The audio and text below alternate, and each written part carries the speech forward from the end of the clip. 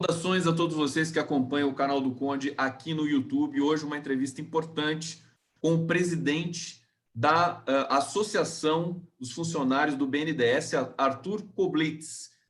Saudações, Arthur Koblitz, tudo bem com você? Tudo bom, Conde? Obrigado aí pelo convite. Conversar tem um assunto muito importante. Aqui no YouTube. Deixa eu só fechar o meu retorno aqui. Esqueci de fechar, pronto. Sobre o que a gente está num momento muito grave. Aliás, vamos começar falando sobre isso, sobre a quarentena, sobre essa pandemia. Como é que está o clima? Como é que você, pessoalmente, está lidando com esse momento? Como é que você está entendendo? A gente tem problemas graves de subnotificação, voando praticamente no escuro aqui, nesse momento no Brasil, o mundo passando por um momento, acho que inédito, absolutamente inédito. Queria que você transmitisse para a gente as suas impressões dessa fase que nós estamos passando. Para começar. Cara, eu sinto que meio que eu fui entrando num roteiro de ficção científica. É assim que porque a ficha foi caindo aos poucos, né? Foi no banco anunciou que ia ter esse isolamento social. A gente no início imaginava que poderia ser uma coisa de uma semana ou 2 semanas.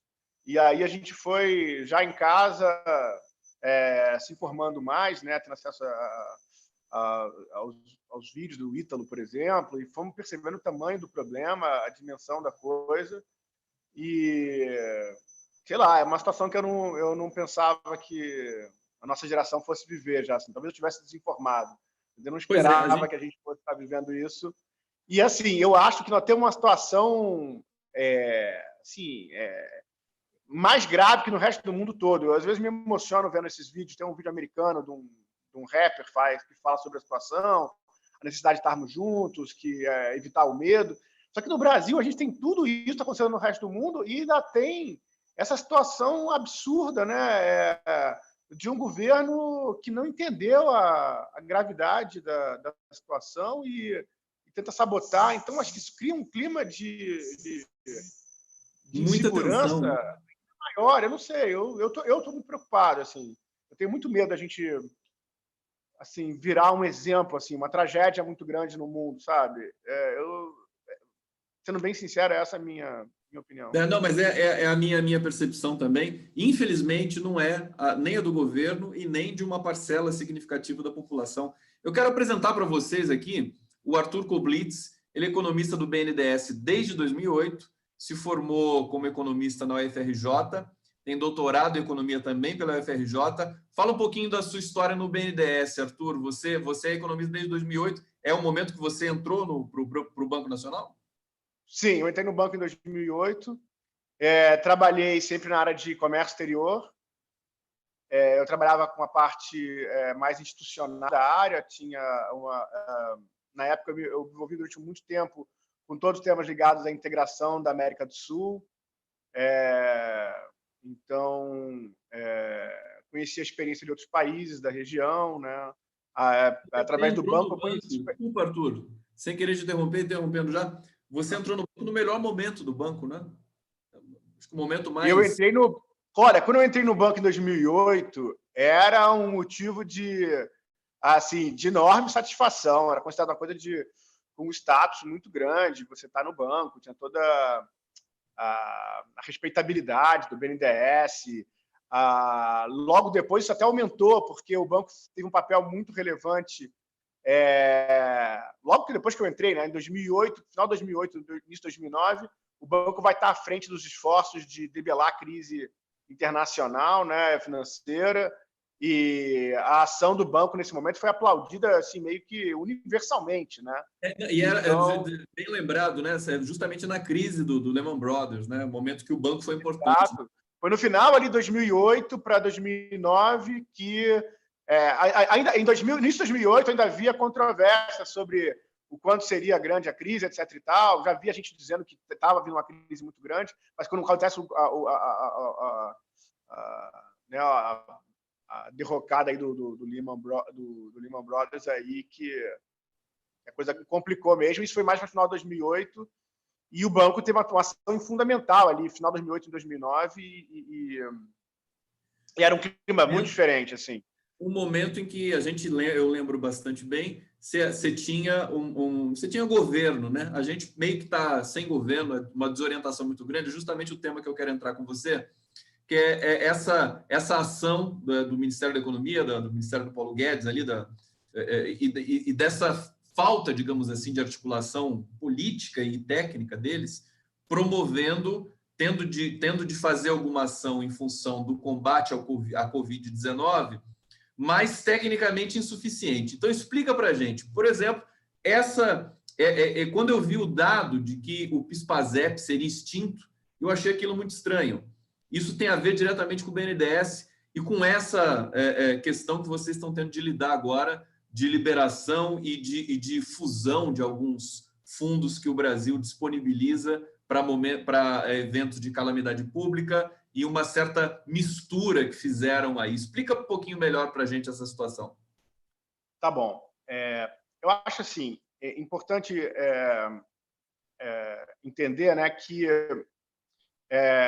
o banco, para funcionar, qualquer banco de desenvolvimento, não só o BNDES, né, qualquer banco de desenvolvimento ele precisa de dois arranjos aí. Ele precisa de fontes de financiamento e ele precisa de taxas de juros que permitam que ele injete esses recursos que ele tem na economia.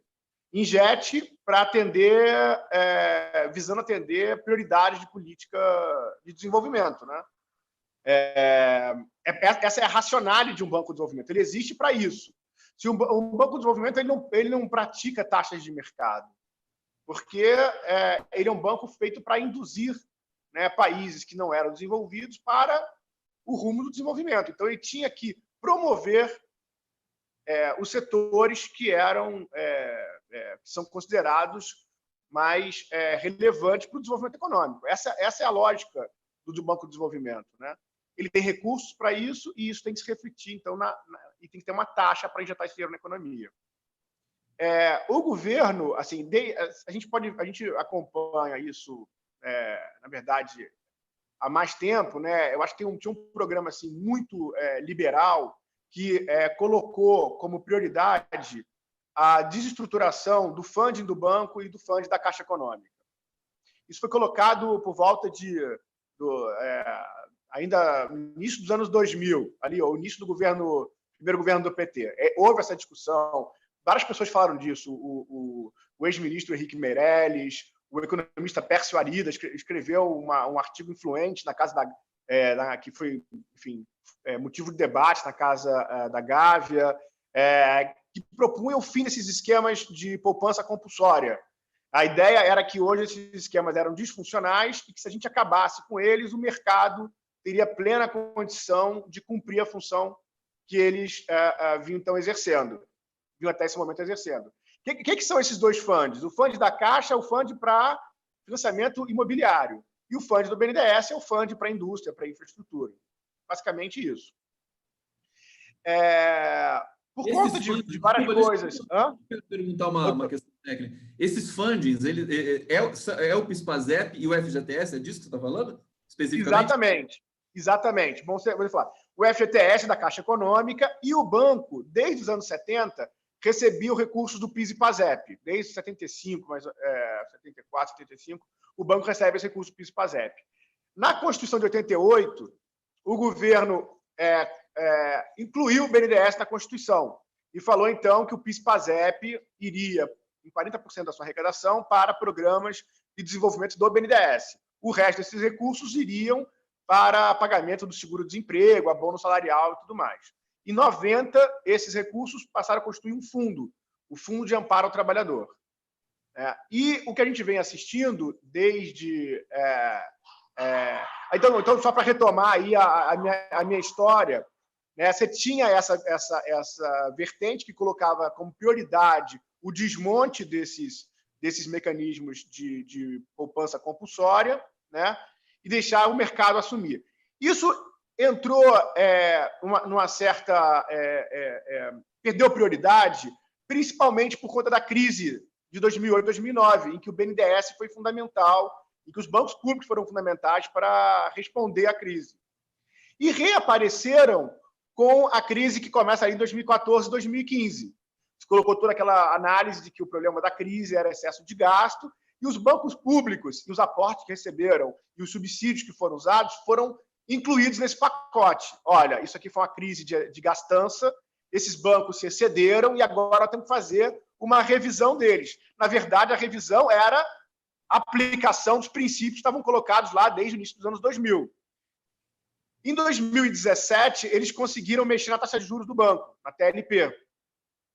E acabaram com a TJLP, que era a taxa do banco, e criaram a TLP. A TJLP, para simplificar a história, era uma taxa que permitia ao governo ter uma discricionalidade grande, né, sobre qual seria o nível dela. O Vamos explicar para o nosso público aqui o que é a TLP, taxa de longo prazo, né? Taxa de longo prazo. Essa taxa que é subsidiada, digamos assim, pelo Estado brasileiro para que o banco possa financiar a economia. É isso. Quase isso. Assim, a gente tinha a TJLP, que virou a TLP. A TJLP era a taxa de juros de longo prazo. Essa taxa ela era determinada pelo Conselho Monetário Nacional e ele tinha uma margem grande de discricionalidade, ou seja, ele podia escolher, em grande medida, qual seria o valor dessa taxa. Eles acabaram com essa TJLP, tá? Simplificadamente falando, e criaram uma TP, a taxa de longo prazo. Essa taxa de longo prazo é uma taxa agora não mais subsidiada. Ela é uma taxa que reflete o valor de títulos públicos no mercado. Basicamente isso. Então, eu tinha uma taxa que o governo podia determinar o nível dela, e aí sim tinha um nível de subsídio nessa taxa, ela tinha. E você agora tem uma taxa que não tem esse nível de subsídio. Qual é a implicação disso? A implicação disso é que, por exemplo, na situação como a gente está vivendo hoje, essa taxa que está baseada no título de mercado, ela começa a se comportar como o resto das taxas de mercado, que o governo não arbitra. Vai descaracterizando. Ela começa a subir, ela começa a aumentar. Então, na hora que o governo...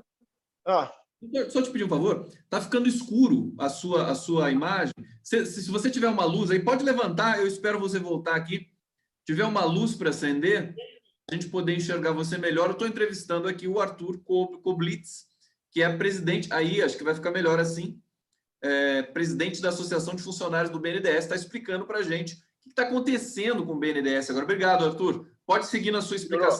Você estava falando aí da TLP e das incorrências. Então, nós trocamos uma taxa que era subsidiada, que tinha uma possibilidade do governo determinar o valor dela. Isso é importante para você falar. É prioridade infraestrutura, é prioridade indústria, é prioridade máquinas e equipamentos para agricultura. Então, o banco tinha essa possibilidade, o governo tinha essa possibilidade. O governo tinha essa possibilidade. Quem determinava essa taxa não era o BNDES, era o Conselho Monetário Nacional, formado pelo Ministério, no Conselho, no qual o ministro da Fazenda tem, o ministro da Economia teria assento, o presidente do Banco Central. Eles determinavam, eles tinham essa margem, esse grau de liberdade. Eles resolveram acabar com essa taxa e criaram uma taxa de mercado, que ninguém tem mais poder de influenciar. Quem dá o valor dessa taxa é o mercado. Então, quando vem uma crise, como a gente está experimentando agora, o que acontece com a taxa de mercado? Ela sobe. Isso foi feito no governo Temer ou no governo Bolsonaro? Governo Temer. Na gestão da presidente do BNDES era Maria Silvia. Perfeito. Foi a equipe interna do banco dessa gestão da Maria Silvia, né, que elaborou essa proposta. Essa proposta, tá. Exato. E aí isso deixou um legado para a gente de hoje.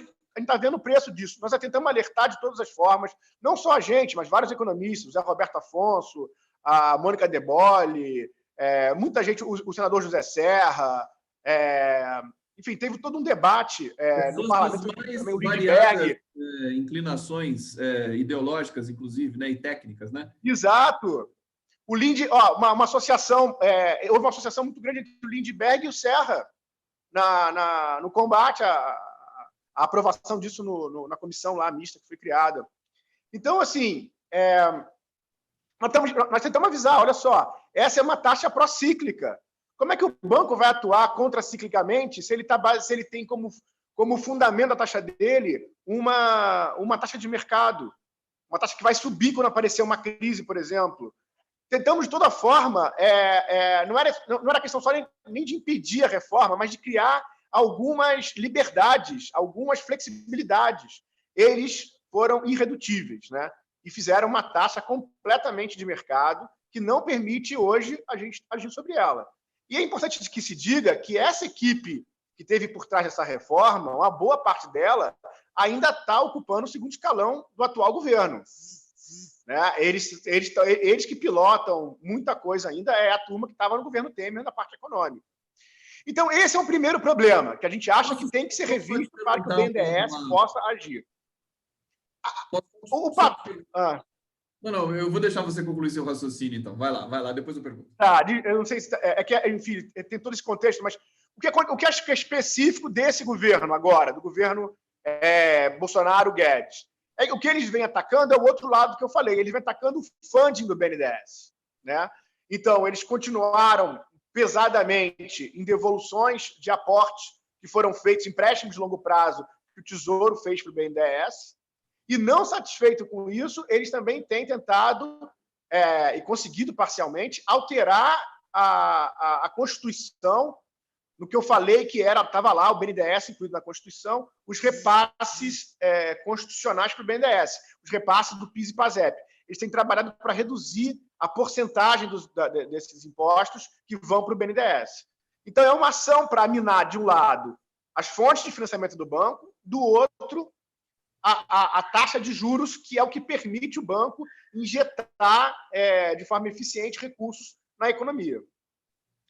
Perfeitamente. Então, é basicamente isso. Agora, nessa PEC, nessa MP 946, eles estão tirando um dos fundos que alimentava o banco, que é um fundo de 20 bilhões, era o antigo fundo PIS-PASEP, eles tiraram para levar para a Caixa Econômica e pagar aqueles, segundo eles, para viabilizar o pagamento de R$ 1.045 para quem tem lá conta no FGTS, na Caixa, né, conta no FGTS, os trabalhadores. A gente vem argumentando o seguinte, olha, isso daí é um equívoco, o governo está no estado de calamidade pública, ele pode aportar recursos na Caixa Econômica para viabilizar isso. Se ele aportasse isso, esses recursos estariam disponíveis de forma mais imediata para os trabalhadores, e eles preferiram aproveitar nosso entendimento, aproveitar essa situação e continuar essa agenda de desmonte dos bancos públicos. Então, ao invés de aportar recursos na Caixa, eles estão querendo propondo tirar dinheiro do BNDES, tirar dinheiro na Caixa para pagar esse direito dos trabalhadores só a partir de 15 de junho. Né? O pico da epidemia vai ser final de maio. Né? Então, assim, eles só vão começar a pagar isso na segunda metade de junho. Então, assim, mostra uma falta de noção de prioridade. Eles tinham totais instrumentos, né, para hoje capitalizar a Caixa e viabilizar o imediato pagamento desse valor para os trabalhadores. E no nosso entendimento também, a gente teria que seguir o que o resto do mundo está fazendo. Somar os aportes fiscais do governo, né, assistenciais, à ação plena dos bancos públicos. Nós não tínhamos que estar falando aqui de tirar recursos da Caixa do BNDES para permitir pagar assistência fiscal, assistência aos trabalhadores. Nós tínhamos que falar do governo agindo, se somando a uma ação plena dos bancos públicos. E não é o que a gente está vendo. No BNDES tem 100, 150 bilhões para injetar na economia e até agora, né, só foi apresentado um programa em que o BNDES coloca, dos seus recursos, 7 bilhões na economia. Então, assim, essa é uma situação realmente assim, única, eu imagino, no mundo, inacreditável. É inacreditável. Desculpa, Arthur, deixa eu só fazer aqui uma pequena... Não, eu falei demais. Pode ir. Não, mas é perfeito. É bom entrevistar, assim, gente como você, que vai e vai, traz a questão. Eu acho que você, esse ímpeto, inclusive, que você está apresentando aqui, faz parte das suas características, mas eu acho que isso tem a ver justamente com a incredulidade diante de uma descaracterização técnica tão evidente, tão gritante, como é que você está descrevendo aqui, e vários veículos já descreveram isso com relação ao BNDES nesse momento, como o BNDES está sendo tratado, inclusive a Bloomberg, a matéria que você me passou lá pelo Zap, né, também trouxe essa questão. Agora, existe uma disputa política, existe uma tentativa de frear esse desvario, né, esse delírio do governo. Eles estão aproveitando a pandemia para fazer justamente uma reengenharia mais degradante, né, predatória com o financiamento público no Brasil. Eu vou ler aqui, tem os internautas aqui participando já da nossa transmissão. Quero saudar a Donina Eunice Campos, Cíntia Chaim, Adalberto Melo, Elizabeth Fernandes aqui, dando saudações para você também, Arthur. E o Carlos Leonardo Delgado, ele faz uma questão aqui, vou ler para você. Ele diz, é controverso dizer que a TJLP era subsidiada. Acho que eu que disse isso, né? Há uma visão de que a TJLP era compatível com as maiores taxas de juros internacionais que financiam a produção nos países desenvolvidos. Acho que eu que cometi aqui o pequeno deslize técnico. Não, é por isso que você está aí. Há essa controvérsia sobre o termo subsídio, ficou uma coisa maldita, né? E há uma discussão, tá? Uma discussão importante, tá? Que diz o seguinte: tem um debate sobre definições de subsídio, mas como uma fonte importante de financiamento do BNDES era o FAT, e o FAT é uma decisão governamental que está na Constituição, você tinha um fundo lá que os recursos tinham obrigatoriamente esse destino, quer dizer, 40% dele ia para os programas de desenvolvimento do BNDES. Você pode argumentar que esses recursos não constituíam subsídios. O governo tinha o governo não tinha a possibilidade de aplicar eles em outra coisa. Então, eles não tinham um custo de oportunidade que você pudesse, a partir do qual você pudesse medir a existência de um subsídio. Eu prefiro encarar o seguinte, que essa taxa era uma taxa promocional e de que não tem nada errado em subsídio, porque subsídio é a realidade, é a prática internacional que todos os países, inclusive avançados, usam para promover suas indústrias, entendeu? Então, assim, eu prefiro falar que há subsídio, que a taxa é promocional, não entrar nessa controvérsia e reconhecer que isso é importante e é meritório. Nós temos que ver o seguinte, qual é o destino desse subsídio? O que ele trouxe de bom para a economia? É isso que nós temos que enfrentar. No caso do BNDES, por exemplo, a gente pode fazer um caso assim, tranquilo, de que o aporte de subsídio, vamos dizer assim, para o banco, esse subsídio do banco, ele mais que se pagava, porque o BNDES incentivava com isso investimentos que geram pagamentos de impostos, gerava efeitos multiplicadores na economia. Então, eu queria ver uma conta que fizesse uma análise de custo fiscal, né, para funcionar o banco, e comparasse isso com os benefícios fiscais resultantes da ação do banco, que mostrasse que o resultado líquido era negativo. Eu acho que isso... Eu fiz uma conta num artigo para a Folha de São Paulo para mostrar que, sobre hipóteses muito conservadoras, pelo menos empatava essa conta, entendeu? Então, os americanos fazem subsídio. Eu queria dar só esse exemplo que eu acho assim.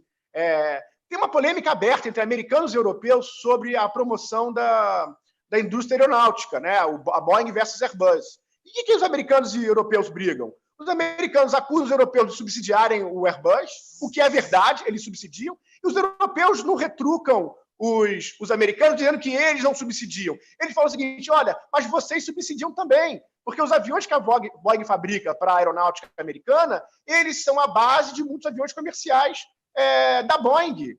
Então, há um subsídio, há um sistema de defesa americano sem o qual a Boeing não seria outra coisa. Então, assim, eu acho que a gente tem que assumir esse debate. Essa é a minha visão, mas eu respeito e acho que tem tem base, tem fundamento para dizer que, pelo menos, os recursos do banco que vinham do FAT não são subsidiados.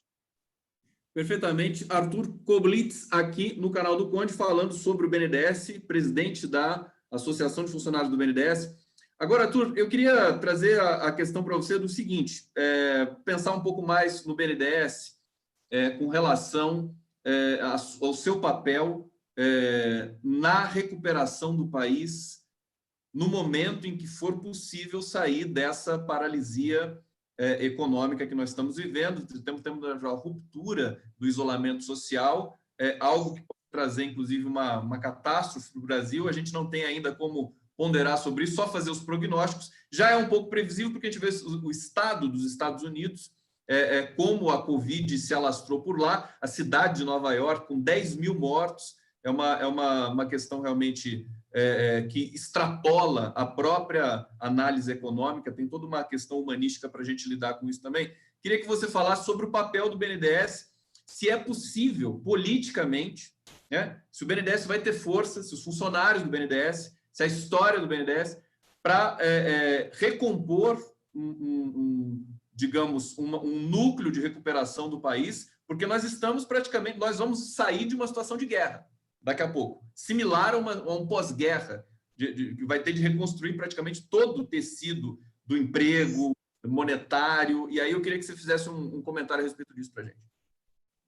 Olha, essa pergunta é muito importante.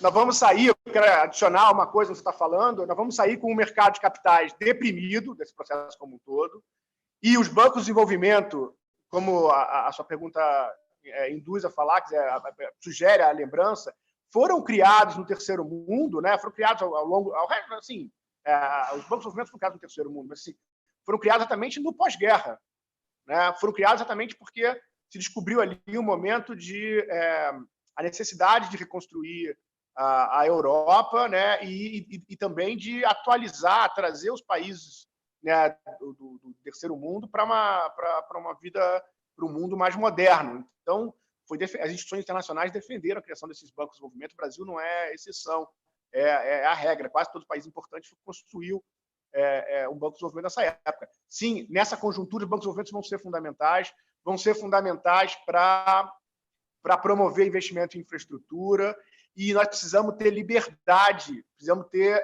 uma capacidade de determinar a taxa de juros, vamos precisar agir de forma muito estratégica, né? Eu acredito que assim, tem esse lado bom, né? No meio de um monte de coisa ruim que está acontecendo, né? Nessa crise se interrompeu um processo de desmonte acelerado dos bancos públicos brasileiros, e assim, que bom que deu tempo, tá? Talvez tivesse passado mais 3 anos, a crise do coronavírus acontecesse daqui a 3 anos, nós não tivéssemos mais esses instrumentos e os recursos que eles ainda têm para se mobilizar em defesa de uma reconstrução econômica, de uma reativação do nível econômico. Eu acho que o BNDES é fundamental na infraestrutura, na reindustrialização e atualização industrial do país. O banco pode servir muito, há muita disposição dos empregados do banco de fazer parte desse processo. Acho que há uma consciência muito grande do papel que o banco pode ter nesse momento. E a nossa luta é essa, é conseguir fazer as modificações a tempo, porque tudo leva tempo para operacionalizar. Então, assim, o Congresso Nacional tem que começar, por exemplo, a discutir a revisão da TLP. Tem uma emenda já colocada uma emenda, a MP 946, né, que já levanta essa possibilidade de uma revisão, uma regra que dê mais flexibilidade ao banco, para o banco captar recursos a diferentes taxas e que, com isso, ele possa exercer plenamente sua função de banco de desenvolvimento. Muito importante o que você está falando, Arthur, porque realmente a pandemia ela traz um certo pânico para as pessoas, mas ela traz também a ressignificação da relação das pessoas com o Estado. Por exemplo, a importância do SUS. O SUS também estava caminhando para ser completamente devastado, sucateado por esse próprio ministro, que, notícia aqui mais quente do momento, acabou de cair. O Mandetta acabou de ser demitido depois dessa novela toda, vai assumir no lugar dele. Deixa eu até ler o nome aqui do novo ministro da Saúde, oncologista Nelson Teich, ou Teich, não sei como é que se pronuncia o nome dele. E o Mandetta finalmente cai. Já era uma novela anterior. Isso vai ter impacto, inclusive, nos mercados. Você sabe como é que funciona esse tipo de informação, né, Arthur? Agora, dada a notícia aqui, confirmando, porque o bate-papo aqui já estão falando, o Mandetta caiu, confere, o Mandetta caiu. Mandetta não é mais o ministro da Saúde, num momento delicado, né, em que havia... E aí, acho que é o mesmo dilema que vocês estão enfrentando, Arthur, no BNDES, que é o seguinte... A diretoria, quer dizer, as pessoas que comandam através do governo, né, o próprio BNDES, com a política econômica do Paulo Guedes, esse ideário ultra neoliberal, fica difícil de você trazer para uma realidade, né, estrutural, que sempre foi a realidade do BNDES, de fomento a economia, a indústria, enfim, trazer de novo para essa realidade. É uma disputa política forte que a gente vai ter nos próximos lances aí, né? A gente está sob um governo que não tem interesse em que o banco tenha essa identidade histórica que ele sempre teve. Inclusive, foi interessante você falar que o José Serra tinha se queixado também de algumas questões no entorno do BNDES, porque isso estava acima das ideologias meramente partidárias, né? A função de um banco interessa tanto para o segmento mais conservador, deveria interessar, evidentemente, para o segmento progressista. Queria que você comentasse nessa toada. Sim, sim. É um compromisso da Constituição de 98. O Brasil tem uma agenda de desenvolvimento óbvia, né? E você vê a impressão que eu tenho é que há um certo realismo, pragmatismo que predomina internacionalmente sobre a realidade do capitalismo, né? Quer dizer, ilusões mais, francamente, assim como você falou, ultraliberais, neoliberais, assim, foram desmontadas com a crise de 2008, né? Então, o que você percebe predominando é essa visão de que e outra coisa que acontece assim a olhos vistos, né? O crescimento dos países asiáticos, né? China e companhia, alguns países controlados por partidos comunistas, né? Regimes autoritários com o Partido Comunista, mas uma economia capitalista, mas com muita intervenção estatal. E tem países capitalistas, como a Coreia do Sul, também com muita intervenção estatal. O fato é que o que você observa são capitalismos de Estado, se você quiser, né? Interações entre Estado e mercado. Então, eu acho que destoa um pouco, destoa muito essa conversão para um liberalismo assim absoluto aqui no Brasil, né? Que acha que essa ação pública para a promoção da indústria, do desenvolvimento, não é necessária, né? Eu acho que alguns setores mantiveram, alguns setores liberais, francamente liberais, mas mantiveram essa noção realista, né? Ainda há interesses no Brasil dessa indústria, né? Ela perdeu hegemonia, mas ainda há esses agrupamentos aqui. Que bom que tem, porque eu não consigo imaginar um Brasil habitável, né, sem indústria no Brasil. Né? Não dá para sonhar, não é nem questão, não dá para sonhar no futuro do Brasil sem a gente pensar que aqui vai ter uma economia, um porte industrial razoável, importante, né?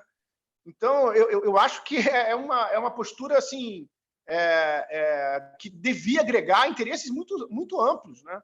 Talvez surpreenda o fato de que essa bandeira tenha perdido um consenso maior, porque ela é uma coisa que estrutura, que mantém factível o sonho do Brasil no futuro, né? O Brasil não pode viver com a extração de minério de ferro e com o agronegócio. O mais importante é que eles sejam, mas não tem futuro imaginável dessa forma. É o que o economista Paulo Nogueira Batista Júnior, o economista Paulo Nogueira Batista Júnior fala, que o Brasil, é o nome do livro dele, o Brasil não cabe no quintal de ninguém. E a gente se dá conta, próprios setores do PT, setores da esquerda brasileira, que acabam assumindo essa responsabilidade de defender esse momento que a gente está passando. O Brasil é muito grande, é um dos maiores países do mundo, né? O lugar correto dele, né? Se você distribuir as potencialidades, entre as 5 maiores economias do mundo, deveria ser isso. Chegou a sexta economia do mundo e agora perdeu de novo essa posição. E aí eu queria, só para a gente já ir caminhando para o bloco final, Arthur, essa história isso para mim foi tão emblemático. Antes da pandemia, se a gente relembrar, o governo tentando encontrar, inclusive o presidente do BNDES, que é o atual presidente Gustavo Montezuma, se não me engano, essa história da caixa preta do BNDES, tentando encontrar alguma coisa. E o mais interessante é que eles não encontraram absolutamente nada. Eles queriam, porque queriam, era uma tese pessoal do presidente da República, mas não se encontrou nada. Isso demonstrou, a meu ver, uma integridade, uma força muito, muito importante do BNDES. nesse período todo, quer dizer, muita integridade, muita inteligência agregada. Comenta um pouquinho para a gente essa questão. Muito obrigado. Olha, eu acho que a gente tem que se render aos fatos, entendeu? Qualquer um tem direito de imaginar que tem coisa errada. Assim. Eu não culpo, viu, Conde? Assim, houve corrupção na Petrobras, né? Isso aí é indiscutível. Havia muitos anos, e Paraná Popopó. Quer dizer, foi descoberto. Isso não acho que deveria ofuscar todos os méritos, todas as conquistas fundamentais para o país da Petrobras. Deveria ter sido enfrentado esses problemas. É normal que as pessoas tivessem suspeitado que acontecesse problemas parecidos no BNDES? Eu acho que era. A suspeita era... Agora, se foi com muita sede ao pote, se assumiu coisa demais antes de ter comprovação, e depois de 5, 6 anos investigando, não se encontrou nada, entendeu? E não foi só... Foi a comissão de apuração interna, feita pelo banco. Aí, a comissão de apuração interna, como não conta? A apuração interna foi feita por gestões, por diretorias que assumiram o banco, que não tinham nada a ver com a orientação passada. A primeira presidente, depois de Luciano Coutinho, foi a Maria Silvia, do governo Temer. Ela começou a fazer as apurações no banco e não se encontrou. Eu, pessoalmente, ouvi de todos os presidentes que passaram pelo banco, até agora o Montesano também, quer dizer, o Montesano não, mas todos os presidentes falaram assim, no tete-a-tete, nós não encontramos nada no banco, não tem nada. Entendeu? Então, teve apuração interna, teve CPIs que foram feitas, depois os deputados faziam vários discursos, mas no final, se você for ver o relatório das CPIs, fora essa última aí, né, não encontrava nada, não tem nada. Na justiça, começou a se julgar o caso polêmico da JBS, um juiz deu em primeira instância que, olha, não tem nada com os funcionários do banco, não tem nada com os técnicos do banco. Nós não temos um técnico do banco mencionado, citado em delação premiada. Não é delação com prova, é delação premiada. Ninguém fala assim, aquele cara ali é o Cerveró do BNDES. Eu ligava para ele e conseguia dinheiro, eu conseguia alguma vantagem. Não há essa delação. O Eike Batista não falou isso, os irmãos Batista lá da JBS não falaram isso. Não há o Marcelo Odebrecht falando isso. Então, assim, vamos render as evidências. Tá? Os fatos indicam que não tem nada, não houve esse tipo de coisa. Agora, as pessoas não gostam de algumas políticas que o banco tocou.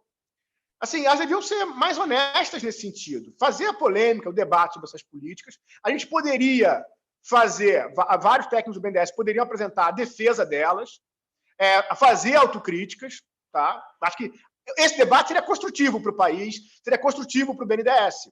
A gente fazer um balanço. Eu posso dar um exemplo aqui, por exemplo. Olha só. O que a gente pode dizer que a gente aprendeu com esse processo? O banco foi fundamental em 2008, 2009. E, decrescentemente, a importância caiu ao longo dos anos, quando o banco foi ampliando o seu fund e foi atuando mais. Há um consenso disso. A eficiência do banco foi reduzida. Assim, você pode começar a pensar do que aconteceu. Quer dizer, no primeiro momento, 2008, 2009, você tinha o problema centrado na questão da restrição de crédito, aí o banco ter agido foi essencial. Mas quando o banco age e o problema não é mais a restrição de crédito, o sistema financeiro já está operando normalmente, e você não tem casado com a atuação do banco, uma política fiscal mais ativa, o poder de influência do banco reduz. Esse é o tipo de reflexão que a gente podia fazer sobre esse passado. Quando é que o banco pode ou não pode ser usado como instrumento de ação contracíclica? Mas preferiu não fazer esse debate, falar que tudo isso, toda a ação do banco, mesmo a que foi consensualmente considerada fundamental naquele momento, tudo isso passou a ser motivo de desconfiança, motivo de suspeita, jogado numa vala comum. O que acontece? É a fracassomania que o Albert Hirschman identificou lá nos anos 60. Assim, a gente sai disso sem aprender nada. E mais, correndo risco de jogar o bebê com a água do banho fora. Então, assim, se transformou, em vez de fazer uma avaliação política dos erros e acertos, não, o problema é quase como se fosse a existência do BNDES, ou como se fosse a existência de subsídio, taxas subsidiadas. Sim, eu acho que é a destruição do debate público, entendeu? E tem um oportunismo nisso, é uma vontade de querer ganhar o debate. E é fácil ganhar o debate quando você acusa o outro de ser corrupto. Porque aí, foi corrupção. Você fez para financiar os caras que apoiavam a campanha dos partidos políticos. Você não tem evidência disso. Os grandes caras apoiavam os dois principais partidos. deram dinheiro para um e deram dinheiro para outro. As evidências estão aí. Né? Agora, eram grandes caras também, eram grandes empresas que pegavam dinheiro no BNDES. Não há uma causalidade, há correlação, porque a empresa grande tem participação em campanha política, a empresa grande tem participação no BNDES, tem que ter no BNDES, porque o BNDES ele não foi feito prioritariamente, ele pode ter ações, e tem ações importantes de inclusão social, etc. E tal. Mas a missão específica do BNDES, a fundamental dele, é contribuir para a elevação da produtividade da economia brasileira, a modernização dela, a atualização dela, a elevação da taxa de investimento na economia. E quem é responsável pela maior parte desse investimento são empresas grandes, no Brasil e no mundo inteiro. Não é à toa que a Airbus é apoiada pelos governos da Europa, a Boeing é apoiada pelo governo americano. São empresas enormes. Essa é a realidade do capitalismo. As empresas chinesas enormes são apoiadas pelas... Agora, como é que você cobra desse apoio benefícios sociais? Fixando estrategicamente contrapartidas para essas empresas. Então, assim, aquele investimento tem que estar claro que ele vai gerar um benefício geral para a sociedade. Então, aí o BNDES tem que, dado uma estratégia, negociar pesada com essas empresas. Aqui, nessa questão de qual foi o debate sobre contrapartidas, qual foi a visão estratégica que foi usada para articular esse apoio, eu acho que há espaço, sim, para muito debate bom público. Agora, esse debate desqualificado de querer transformar o BNDES em caixa preta, botar na vala comum e sem nenhuma evidência, e fazendo um monte de dilação, só serve para prejudicar o Brasil. Prejudicar o BNDES e prejudicar o Brasil, entendeu? Nós vamos pagar caro por conta desse erro, por conta dessa estratégia.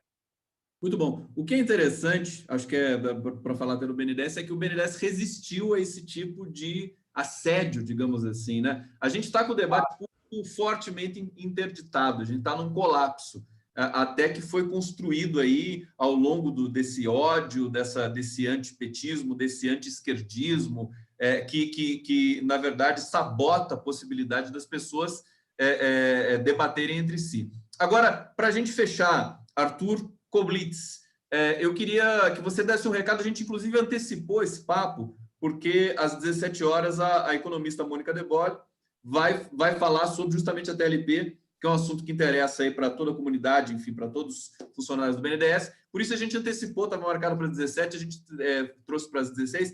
E eu queria deixar o espaço agora para você dar o seu recado, quer dizer em que situação, como é que está aí o tom, né, a resposta que o BNDES pode oferecer para a sociedade brasileira, se reafirmar na sequência e na necessidade, na demanda importante que vai ser para o Brasil se recuperar dessa pandemia. Agora, precisamos saber como é que vai ser a travessia dessa pandemia antes também, né? Para saber o que é exigido do BNDES. A palavra é sua, Arthur Koblitz.